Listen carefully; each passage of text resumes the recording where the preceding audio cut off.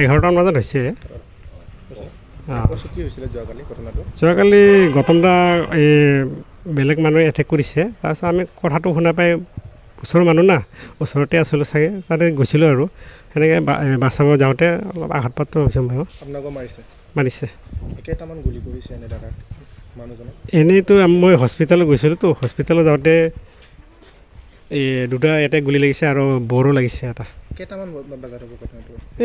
11টামান বাজিছে চাগে। কেইগৰাকী আহিছিলে দুৰ্বৃত্ত? মোৰ আইডিয়া 4গৰাকীমান হ'ব। 4গৰাকীমান আহিছিলে।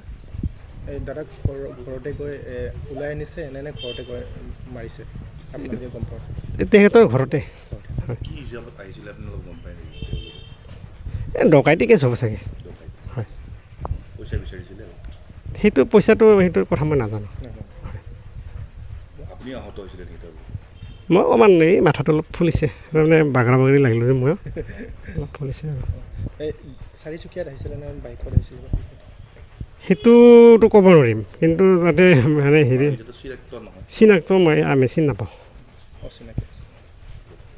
হয়, যোৱাকালি ৰাতি আমি 12টামান বজাত খবৰ এটা পালোঁ যে এটা ফায়াৰিং ইনচিডেণ্ট হৈছে টংলা জালুকবাৰী পানী টেংকিৰ ওচৰত। তো খবৰ পাই ইমিডিয়েটলি OC আৰু SDP ইয়াৰ পৰা গ'ল। মই ওদালগুৰিৰ পৰা আহিলোঁ। আহি গৈ তিলে টাইম তেওঁলোকক ভিক্টিমক আমি লগ নাপালোঁ। তেওঁলোকক অলৰেডি হস্পিটেললৈ পঠোৱা হৈ গ'ল, মঙলদৈলৈ গুচি গ'ল। কিন্তু আমি ঘটনাস্থলীত গৈ দেখিলোঁ যে এটা ঘৰত তাৰমানে 2জন নে 4জন ল'ৰা আহিছিলে।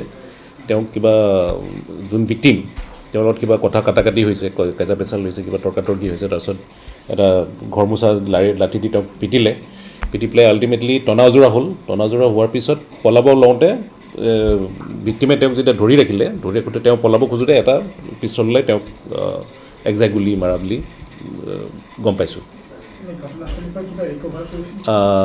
এটা খালী কাৰ্ট্ৰিজ পাইছোঁ আমি, .32 ৰিভলভাৰ পিষ্টল। এনে প্ৰিলিমিনাৰী এতিয়া ইনভেষ্টিগেশ্যন মতেতো এইটো কিবা টকা পইচাৰ কিবা লেনদেনৰ হ'ব লাগে বুলি ভাবিছোঁ আমি। এনেকুৱা আৰু বেলেগ এংগলটো আমি একো ধৰিব এতিয়ালৈ পোৱা নাই তেনেকৈ। ইনভেষ্টিগেশ্যন অলৰেডি চলি আছে। ভিক্টিম এতিয়া নাৰায়ণাত আছে, তেওঁ ট্ৰিটমেণ্ট চলি আছে আৰু ফাৰ্ডাৰ আমি যি পাওঁ আপোনালোকক আমি নিশ্চয় জনাম। আমিও আশাবাদী। হাতত হয়, 2জন হাজবেণ্ড আৰু ৱাইফ। তাৰমানে ৱাইফো দৌৰি গ'লতো, ধৰিবলৈ তেতিয়া তেওঁ ইনজিয়ৰ হ'ল।